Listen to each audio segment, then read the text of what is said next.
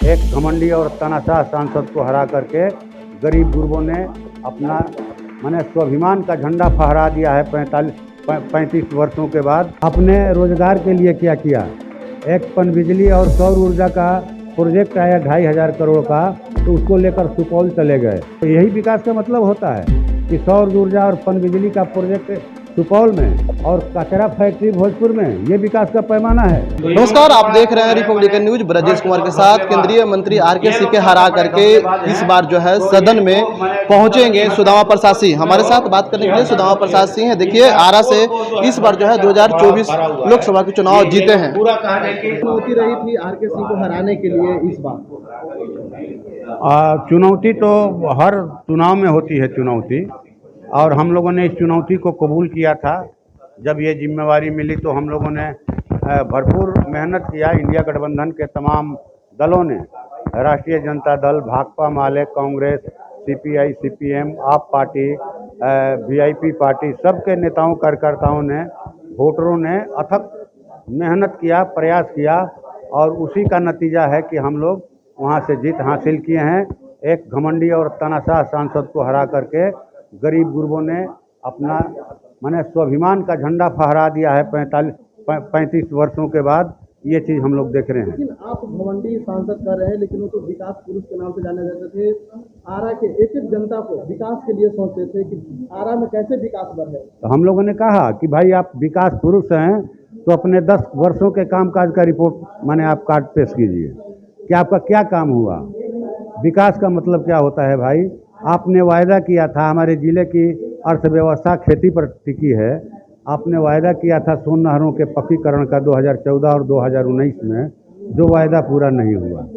आपने रोजगार के लिए क्या किया, एक पनबिजली और सौर ऊर्जा का प्रोजेक्ट आया 2,500 करोड़ का, तो उसको लेकर सुपौल चले गए और यहाँ कचरा फैक्ट्री बैठा रहे थे, जिसका हम लोगों ने विरोध किया, वो रुक गया।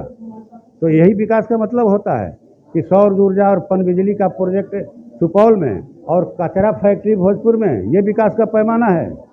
आपने यहाँ के व्यवसायियों के लिए क्या किया? जी माने नोटबंदी के कारण, जीएसटी के कारण, ऑनलाइन व्यापार के कारण जो है उनकी माने जो है दुकानदारी ख़त्म हो रही है, ग्राहकों की संख्या घट रही है महंगाई के कारण। तो आपने उनके लिए क्या किया, ये बताइए ना। हमने तो यहाँ तक कहा कि अगर आपने कोई भी लोकहित का सवाल लोकसभा के अंदर उठाया हो तो उसका एक वीडियो आप जारी कीजिए सोशल मीडिया पर, लेकिन उन्होंने नहीं किया। उनके पास होगा तब जारी करेंगे ना। लेकिन हम लोगों ने देखा गांव-गांव में उनके विरोध का वीडियो वायरल हुआ। विरोध का वीडियो खूब हम लोगों ने देखा, लेकिन लोकसभा का कोई वीडियो हम लोगों ने उनका नहीं देखा कि आपने सिंचाई के सवाल पर, व्यवसाय के सवाल पर, रोजगार के सवाल पर क्या कुछ कहा लोकसभा के अंदर। 10 वर्षों में एक बार भी कोई एक वीडियो हो तो उसको सोशल मीडिया पर जारी किया। आपको डर नहीं लगा था कि केंद्रीय मंत्री है उनका? कैसा डर, कैसा डर? डर किस बात की? डर तो उनको लगता है जो गलत काम करते हैं। हम लोग तो 46 वर्षों से गरीब गुरबों की लड़ाई लड़ रहे हैं, स्वाभिमान की लड़ाई लड़ रहे हैं, जुल्म अत्याचार के खिलाफ में, उनकी ज़मीन के लिए, आवाज़ के लिए, रोजगार के लिए। ठीक ना, हम लड़ रहे हैं और लड़ते रहेंगे। डरने की कोई बात नहीं है। जनता हमारे साथ है। जनता ने चंदा करके, जो लोग रुपया के पहाड़ पर खड़ा थे, शायद भोजपुर जिला आरा माने देश का पहला ऐसा लोकसभा हो जहां सबसे कम खर्चे में चुनाव लड़ा गया, लगभग 40 लाख रुपए में। ये देश का शायद सबसे कम माने खर्चा पर लड़ने वाला। ये भी चंदा का पैसा 10 रुपया, 20 रुपया, 50 रुपया, 100 रुपया गरीब गुरबों ने चंदा करके ये चुनाव लड़ा। जैसे विधानसभा में चुनाव लड़ करके जिता करके भेजा था, उसी तरह से लोकसभा में भी हम लोगों को भेजा। जिस तरह से अपने बिहार विधानसभा में आवाज उठाते थे, बुलंदी से पूरी तरह से पोस्टर बैनर लेकर के निकल जाते थे, और वहाँ भी होगा। और जिस तरह से लग रहा है कि दिल्ली में भी होगा। बिल्कुल बिल्कुल बिल्कुल होगा।